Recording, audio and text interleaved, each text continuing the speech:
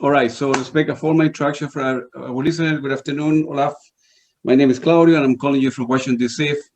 From the studio of Fairfax City. We are very humble and grateful that Olaf Lux accepted our invitation to our show.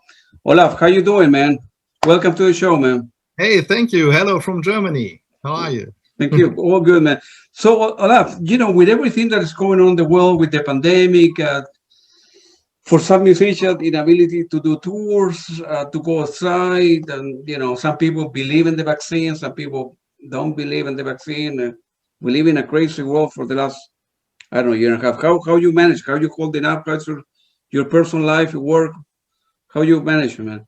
Well, first of all, I'm not a musician. I Yeah, just wrote this little book about Klaus. So yeah, I really wasn't deeply impacted by COVID because really in the beginning, I have to say that I work from home, and as a writer, I of course also write when I'm at home. And I'm single, I live alone, so my life was pretty much the same. I didn't go out much, and the only thing was, okay, you have to wear a mask when you go to the supermarket or stuff. But otherwise, my life didn't change. And obviously, it was a bit funny to me that now everybody had to live like I already did all the time, like be for yourself, don't meet too many people. And yeah, so I was there was no problem for me at first, but for COVID staying so long, like over a year now, from week to week the problems aroused because of such simple like logistic stuff. Like when I brought my book out, I of course wanted to send them around the world, and suddenly there were all these restrictions, and the postal service to this and this country isn't available anymore. And there are even I even have one order from a tiny little island beside Australia, which I couldn't send because there's no service until today. So it was a bit more like this stuff that bothers me. But now I have my first vaccination and waiting for the next week, and then I hope it becomes a bit better for me. yeah. Man, some countries are behind that. I had my vaccine about 4 or 5 months ago, and Okay, I'm okay. I mean, I'm glad to be alive. of Um, course. And how many people have died here? luckily, no one from my inner circle died. Yeah. But of course, you hear some stories from relatives or friends that close people Mm. passed away, and that it's really, I don't understand those who ignore it or think that's fake or just like a flu or what. That's Crazy people, man. yeah, crazy. That's what I think. People that live in denial.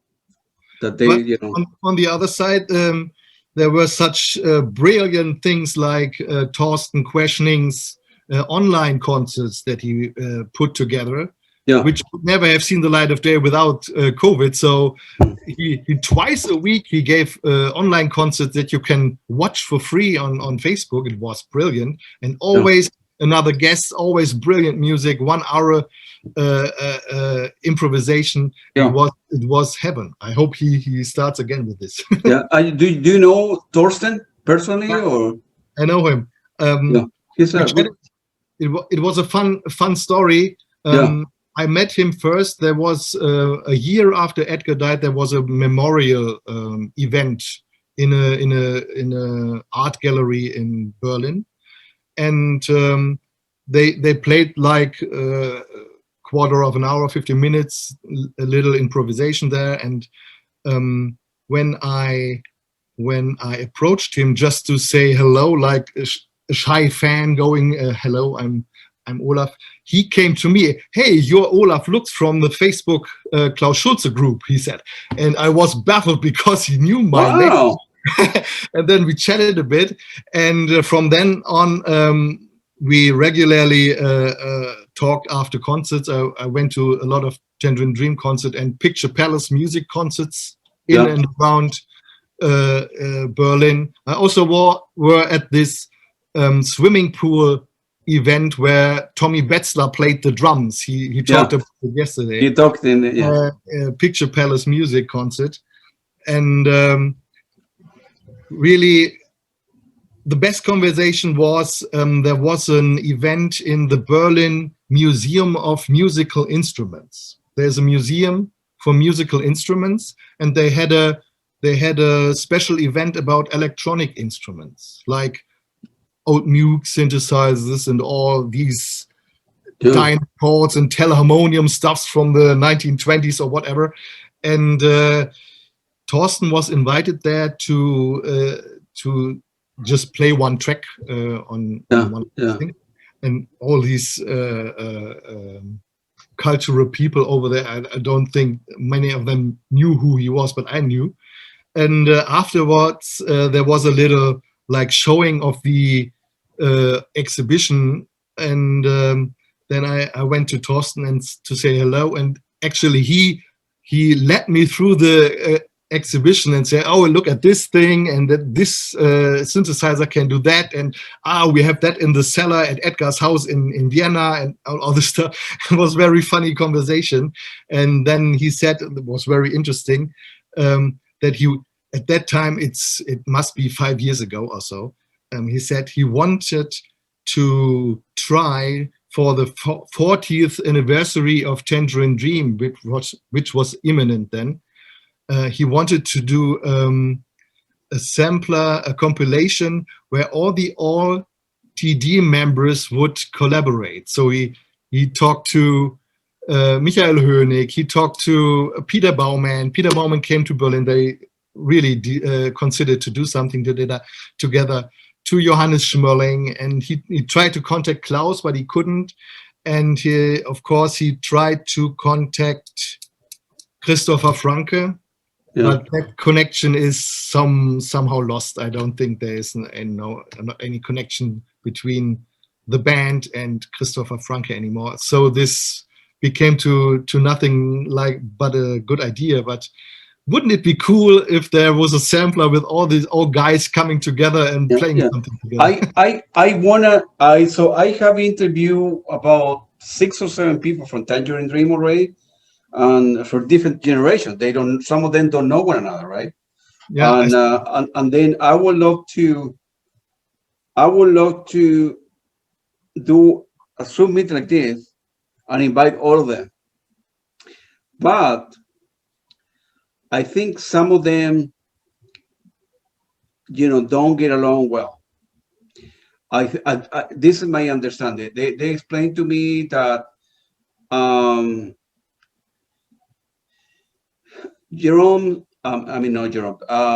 Edgar's second wife, Bianca, she took the name, and she's the owner of Tangerine Dream name.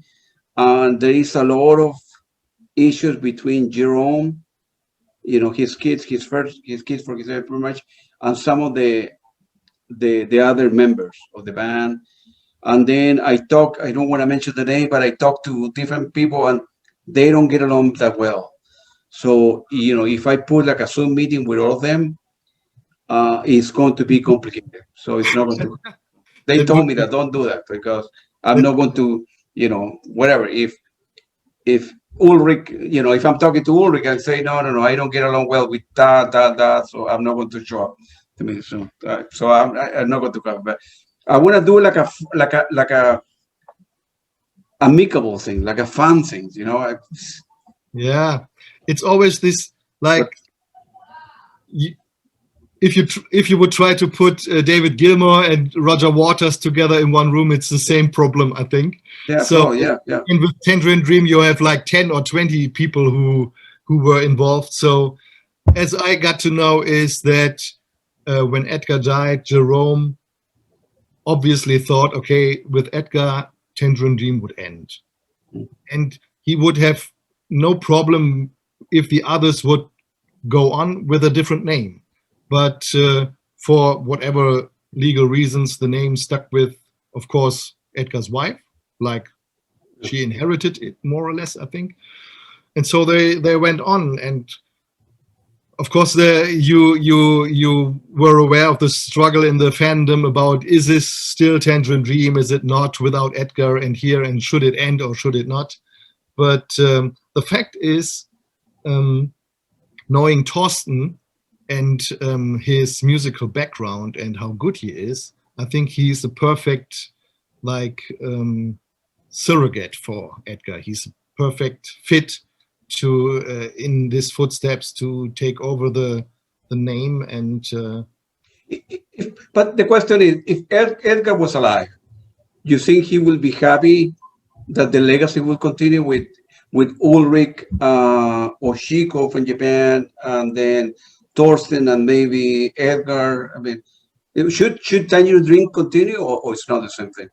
What's your opinion? Well, as far as I know, the music that still is released without him was still based on things that he also worked on. So the last album, Quantum Years, was still full of Edgar's melodies and stuff and sequences.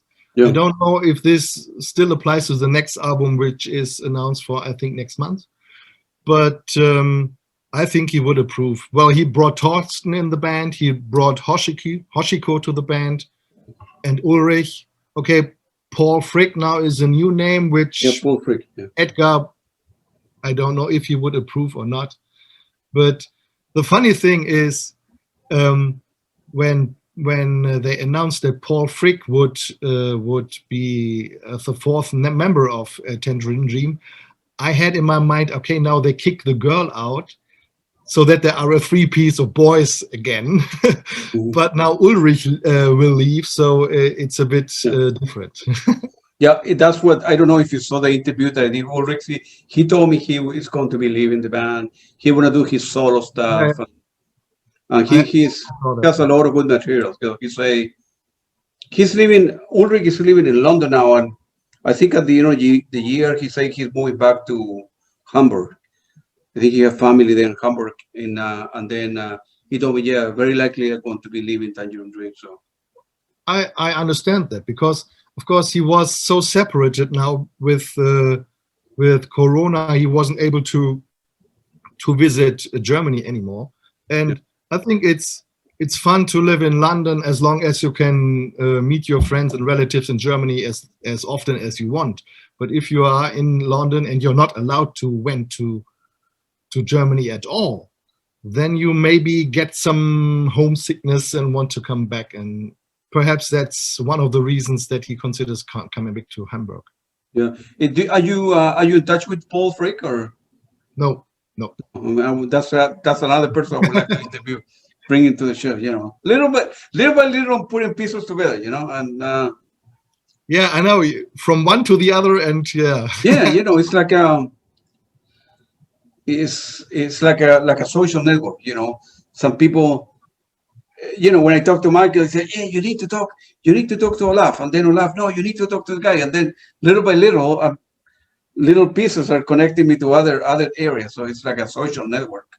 So but you have the opportunity or the advantage that you not only you phone someone and say, okay, hello, I'm whoever, and I got your address from whoever, but you directly talk to people. And I know you're a nice guy, and when I now say to some other person, okay, this Claudio guy is a nice guy, you can talk to him, it's no problem.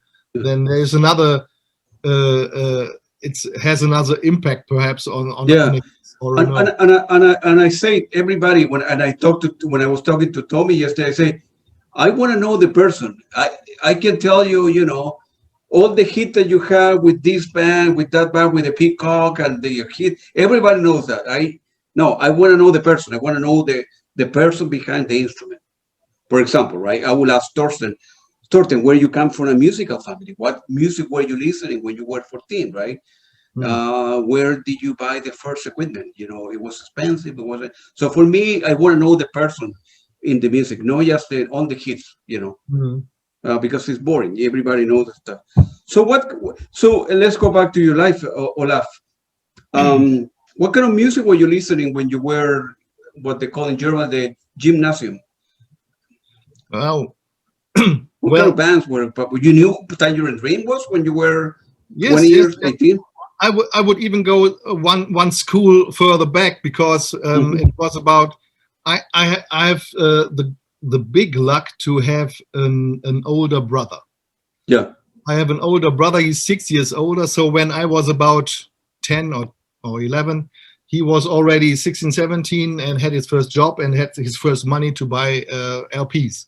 yeah. So little Olaf sneaked in his brother's room when he wasn't there, and sneaked into his Look at his vinyl. vinyl collection, and I was stunned by the excellent cover art works that I found, like Oxygen from Jean-Michel Jarre with this skull in the earth, and Irrlicht, the first Klaus Schulze LP I saw, and all the Tangerine Dream covers were also interesting, and Tubular Bells with this thing and all the Yeah, stuff my brother had.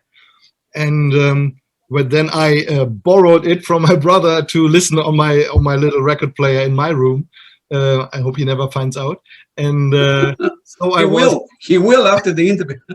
I was socialized like by stealing music from my brother, more or less. But Yeah, as we said before we started recording, there was this second way of listening to music. Of course, in school, the school boys, they listen to the hit parades and the normal pop stuff. And I grew up in the 80s, like Depeche Mode or stuff, and I also liked that a lot. But for me, it was like um, being out with my friends or on parties or in the disco, or listen to no popular music. But when I come home, I listen to the good music. That was in my thinking.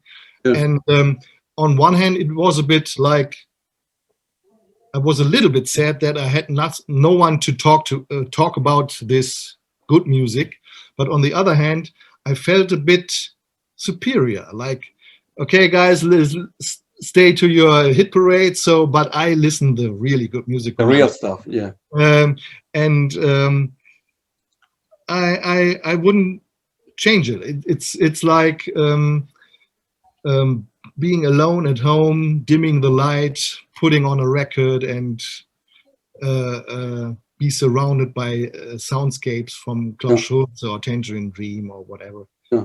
It's the best. So I still today try to at least listen to one record a day. I don't always manage it, but I try to give the music the space it deserves in my life. Yeah. Do you have like a big music collection besides obviously Klaus Schulze? You have like a you always are you buying always?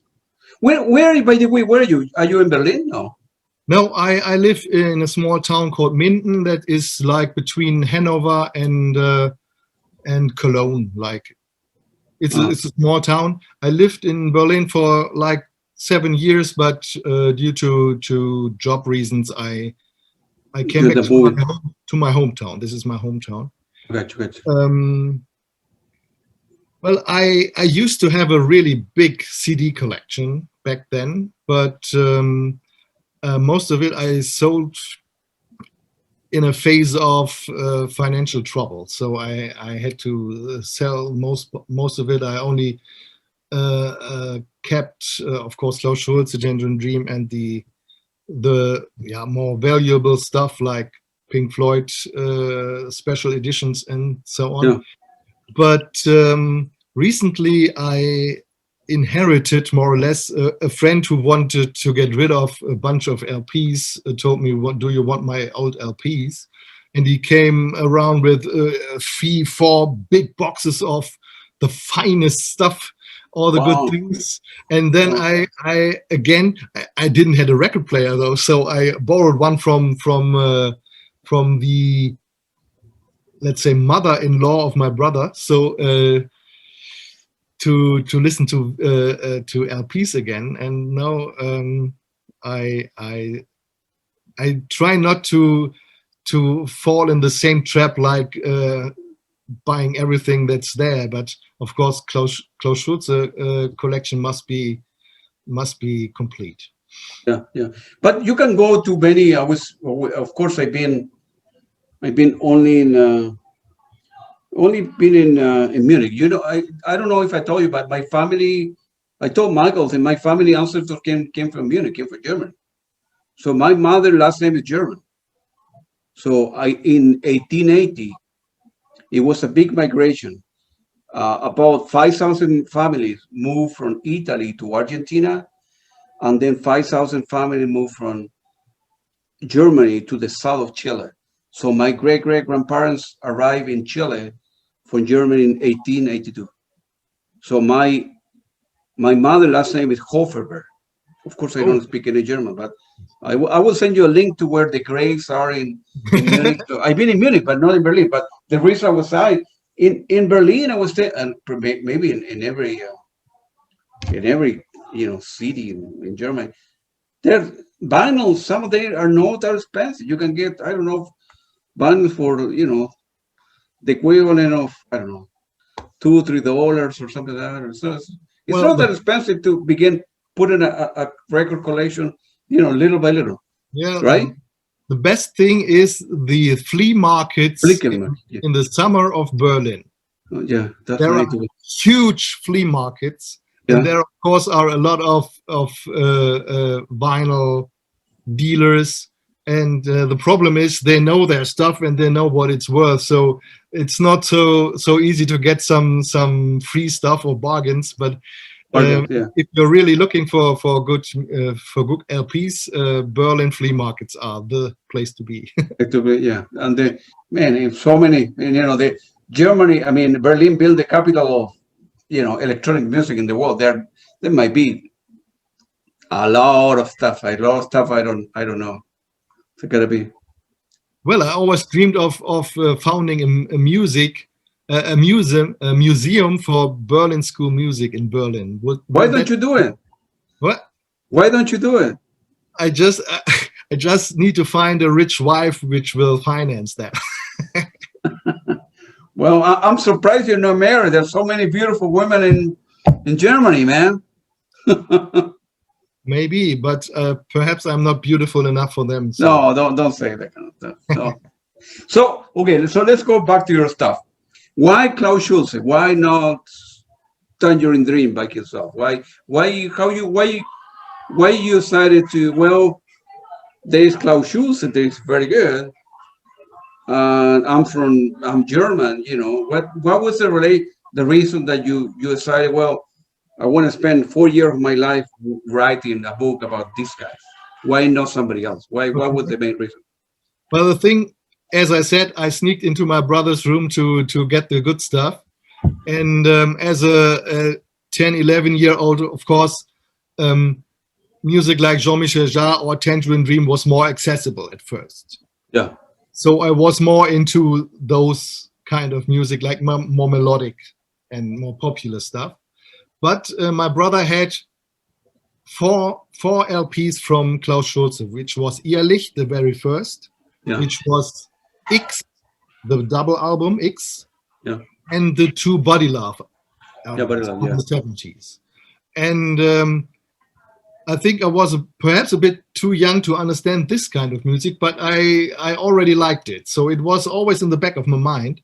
And when I went up with my life, Klaus Schulze got a bit out of my focus. So when vinyl was finally changed to CDs, the first CD I bought was in 1990, was Mediterranean Pads, like a completely different style, but still one of those favorites of mine, because obviously the first I bought myself. And then the first like concerts started, when I go to concerts with friends. Like I remember the first concert I went to was Peter Gabriel in I think 92 or something. And then of course 94, the big Pink Floyd Division Bell tour. And I was more into like prog rock or Genesis, of course, Pink Floyd stuff. And then one day I saw an advert about the Klaus Schulze concert on the Lorelei in 2008. And the thing was that on the bill were also Tangerine Dream. So I went to my brother and said, come on, Bernd, his name is Bernd, Tangerine Dream and Klaus Schulze on the same night, we have to go there. It's far away, it's five hours of driving, but we will do this. And it was like the perfect night, a magical night. We had first the Tangerine Dream concert, which was more rocky than I expected, because they were 5 or 6 piece with a percussionist, female, and whatever, 2 guitar players. But it was the perfect combination to the Klaus Schulze plus Lisa Gerard concert afterwards, which was so calmly, which was so nice, which was magical. After you had the excitement of the Tangerine Dream stuff, they played stuff from Hyperborea and Tangram and all the classics and Stratosphere, and then you had this soothing soundscapes from Klaus Schulze leading you into the night. It was a warm summer night. It was so brilliant, and it was 2008. That was my first Klaus Schulze concert, and soon after that, I said to myself, I have to make something like a fan club or something, because I was now so into Klaus Schulze. Yeah. And first I had a little website, and one of my first members was Michael Brückner. Wow. So when we finally went over from this little website to Facebook, it became now one of the biggest Klaus Schulze communities on Facebook. It's called the German Klaus Schulze Forum. And that was the time, it's now 10 years ago. And then there is this thing, when I listen to music, I want to know more about the details of it, like the production infos, like when is it recorded, where is it recorded, which kind of instruments used, which kind of people played on this music. And of course, when you read all these liner notes and stuff, you are even more interested in the person behind it. And of course, I really early started to read biographies of musicians like Pink Floyd or Kraftwerk or whatever. And I love to read biographies. And but of Klaus Schulze, there were not so many. There were only a handful of books about Klaus Schulze, most of them outdated from the 80s or something, or written by someone from his perspective, which doesn't interest me so much. I want to know the facts. I want to know everything about Klaus and his life and his work. And I was a bit disappointed that I didn't find the book about Klaus, so that I said to myself, I have to write this book that I want to read for myself. And that was about maybe now 6-7 years ago. I started this project really to gather information in articles and interviews, written radio interviews, write them down, transcribe them, and everything. And I said to myself, I need 2.5 years to write this book. 1 year of research, 1 year of writing, and perhaps a half a year of translating, because from the first day on, I wanted to do it in German and in English, because all the other books that there were only in one language. And I wanted to cover all the, like, of course, Germany, it's a German artist, but also the rest of the world with an English version. And boy, was I wrong with the first year. Like research lasted at least 3 years. Wow. Before I started writing. And then something very interesting happened. On my Facebook Klaus Schulze group, I met a guy who worked at MIG label, the record label of Klaus Schulze, MIG, Made in Germany is it called. Yeah. And we get in touch and chatted a bit, and he invited me to the label, which is in Hanover, not far away from me. It's an hour an hour ride. So I said, okay, I come over and we can have a chat about Klaus, no problem. And mind you, I went into this building, and there stood the two sons of Klaus, Richard and Maximilian Schulze were there. And I met the sons of Klaus. I was like in awe, but I was a bit afraid to talk about my little project about a book about their father, if they would be okay with it. But they totally were okay. And we get in touch, we exchange numbers, and suddenly I had access to a lot of people from the inner circle of Klaus. And I didn't have to start from scratch, but I really had to rewrite chapters and add things here and correct stuff there, because now I had more insight into some details, so that another half a year came to the timetable. But in the end, I was very happy. And then, of course, there was always this problem: should I bring the book out now, or should I wait perhaps for the next album? Because the worst thing that could happen is you bring a book out, and a week later a new album comes out, and your book is outdated. Yeah. The new album isn't in it. What is its book? So I really was happy that when Silhouettes, the last Klaus Schulze album, came out, I was nearly finished with my book. So I added one chapter, Silhouettes, the last chapter, ? I wrote a little text about it, and then brought it to the printing plant. And some weeks later, I published my book. First in German. By the way, Silhouette is a very good album. I really like it. Yeah. Yeah. And that's pretty much the story about my 5-year exploration of Klaus Schulze, which makes me an expert. And the fun thing is, I got in touch with so many interesting people via this book, like interviewing Michael Shree from Santana. He was sitting in Seattle. I was phoning him, and Marianne Gold, the singer from Alphaville, with whom Klaus worked together quite a few times. And as I said, I met Manuel, but he wasn't very talkative. But all these people. And one funny guy was Guido Harari. Guido Harari is an Italian photographer, a music photographer, and music journalist.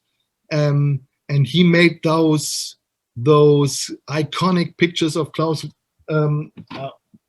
like everyone knows this picture, the Mirage picture that was photographed by Guido Harari, and they met in the 70s, and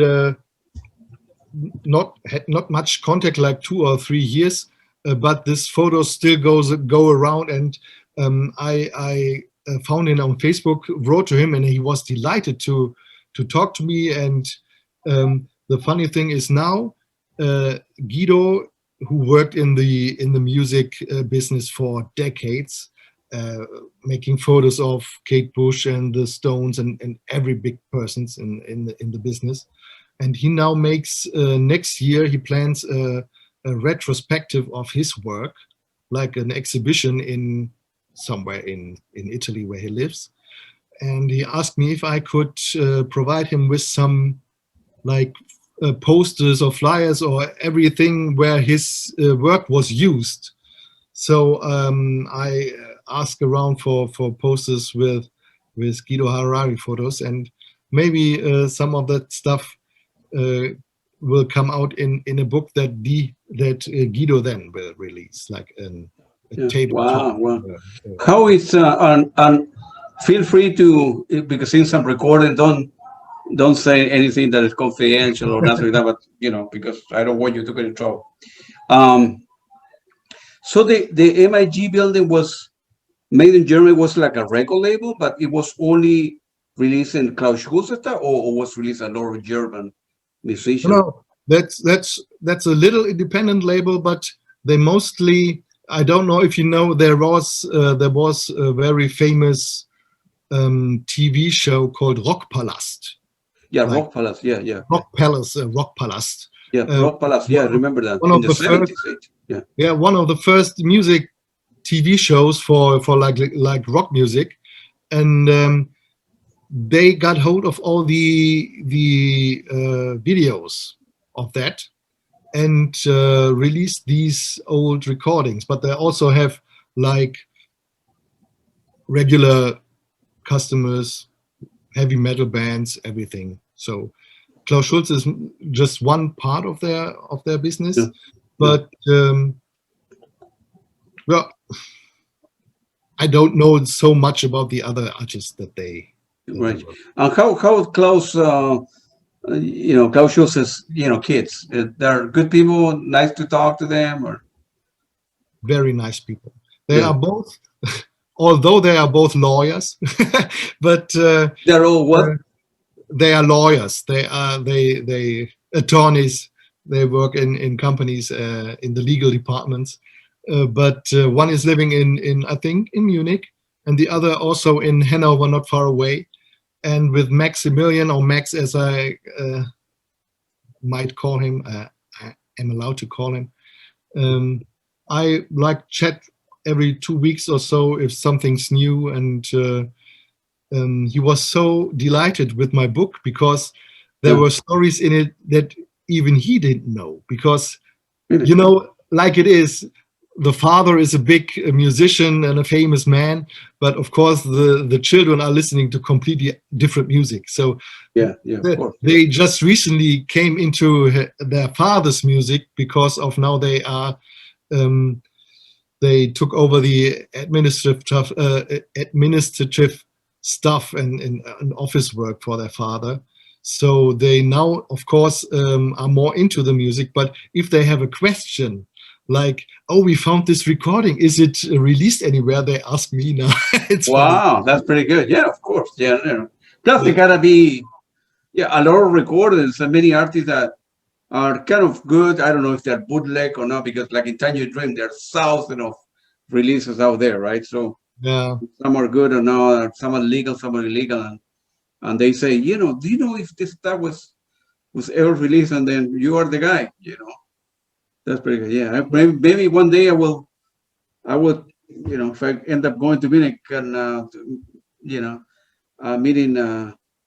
meeting Max or something, I would like to, invite them for a beer or coffee or something. Tell them that. Well, definitely, if you are visiting Germany, Oh, we stay yeah, in touch, yeah, and then we have a big meeting with Michael and Tommy and all the other guys. yeah, yeah. As a matter of fact, I talked to with Michael. How you pronounce the last name in German? I say in America, I would say Bruckner. How would they say in German? Yeah, Bruckner. Yeah, but yeah. So I talked to Michael. Then Michael is close to Frankfurt, and then Tom is close to Frankfurt, right? And then another guys, some tangent, like Lutz invite me. I think he's close to Berlin. Harold, and then Munich. So I need to take like a week off, and then spend like 2-3 days in Frankfurt, and then move to catch like a bus or something, a flight to Frankfurt. Yeah, so Berlin is right here. So maybe I need to arrive, I don't know, maybe Berlin first, and then go to Frankfurt, and then go down south to Munich or something like that. I need to figure out the map, but definitely we'll get to work together for dinner. And so the reason I was saying that the guy who I interviewed today, Danny from Popol Vuh, he's in Munich as well, Munich. And I say, well, if I'm in Munich, I told him my family ancestors come from Munich. I go to Munich every 2 years to do research on the grave and try to find family ancestors. And then I told him, when I'm there in town, will be great if I take you out to dinner. We go for a couple of beers or whatever. And he said, yeah, not only that, but he said, I will pick you up at the airport and I will introduce you to some of the GLA members, some of the Popol Vuh Live, and I'm all dual. So I need to go now, Well, Germany is definitely worth a trip, and not only 2 days, but a week. You have to plan a week for Germany at least. Yeah, to visit. But definitely we'll get to it and then talk to for the Grand Minister. So that many long. So your book now is released. Just to say, you wrote it in German, but it is right now available in the English language or not yet? Well, perhaps I will show it first, Yeah. so that we know what we are talking about. Yeah. Like this is the German version, Yeah. and then I have the English version. It's Wow. called "Violins Don't Grow on Trees." Yeah. I think that will be one of my questions later on. Yeah, that's and the covers are slightly different. Yeah. The English one is, the picture is kind of straight. The other one is kind of slight. The English one is the really moon dawn cover. The moon dog. Yeah. Yeah. And this is a more like ecstatic live shot of Klaus from the same session. Yeah. And I wanted that you can instantly say, okay, this is to tell them apart, and so that nobody is confused and buy the wrong version. Like, Yeah. I understand. Yeah. would you often send you one and it's in German? Oh no, I need to read. I need to read English, and then yeah, we need to get a copy there and signed by you, of course. And so, how many there was when you approached like a publishing company? They were kind of receptive right away. Yeah, I want to print it here. You got like a good deal to, or of course you didn't do it for the money. You do it because you like it. But were you able to recover the investment a little bit, and with the time that you spent? The thing is, I don't have a publishing company. I do it all on myself. You can only buy the book at my Bandcamp website. Gotcha. Yeah. And every book in the world is packed and signed and sent out by me personally. So I was really aware. Although I love Klaus, and Klaus is a very big name in the business, in the music business as a whole, he's a little niche artist. So no one knows him. So I didn't have to have my book sitting on shelves in the bookstore or in the supermarket or where. I really know this is a special book for people who really looking for a book about Klaus, and that was my intention. That I do everything alone. I let them print, send to me big boxes of books in my other room, and when someone buys one, I send it out. So that's the whole deal. And the only limitation I have doing all alone is, of course, the shipping costs. Like shipping to America is very expensive. So like paying like 40 euros for a book, and then again 20 euros to get it. So I think that's the reason why not many people buy the book from the USA yet. But I hope perhaps with this radio show that some people in the US get aware of the book and will order it. So I'm working on a workaround with a colleague of mine who lives in Las Vegas, that he got a bunch of books from me and send it within America.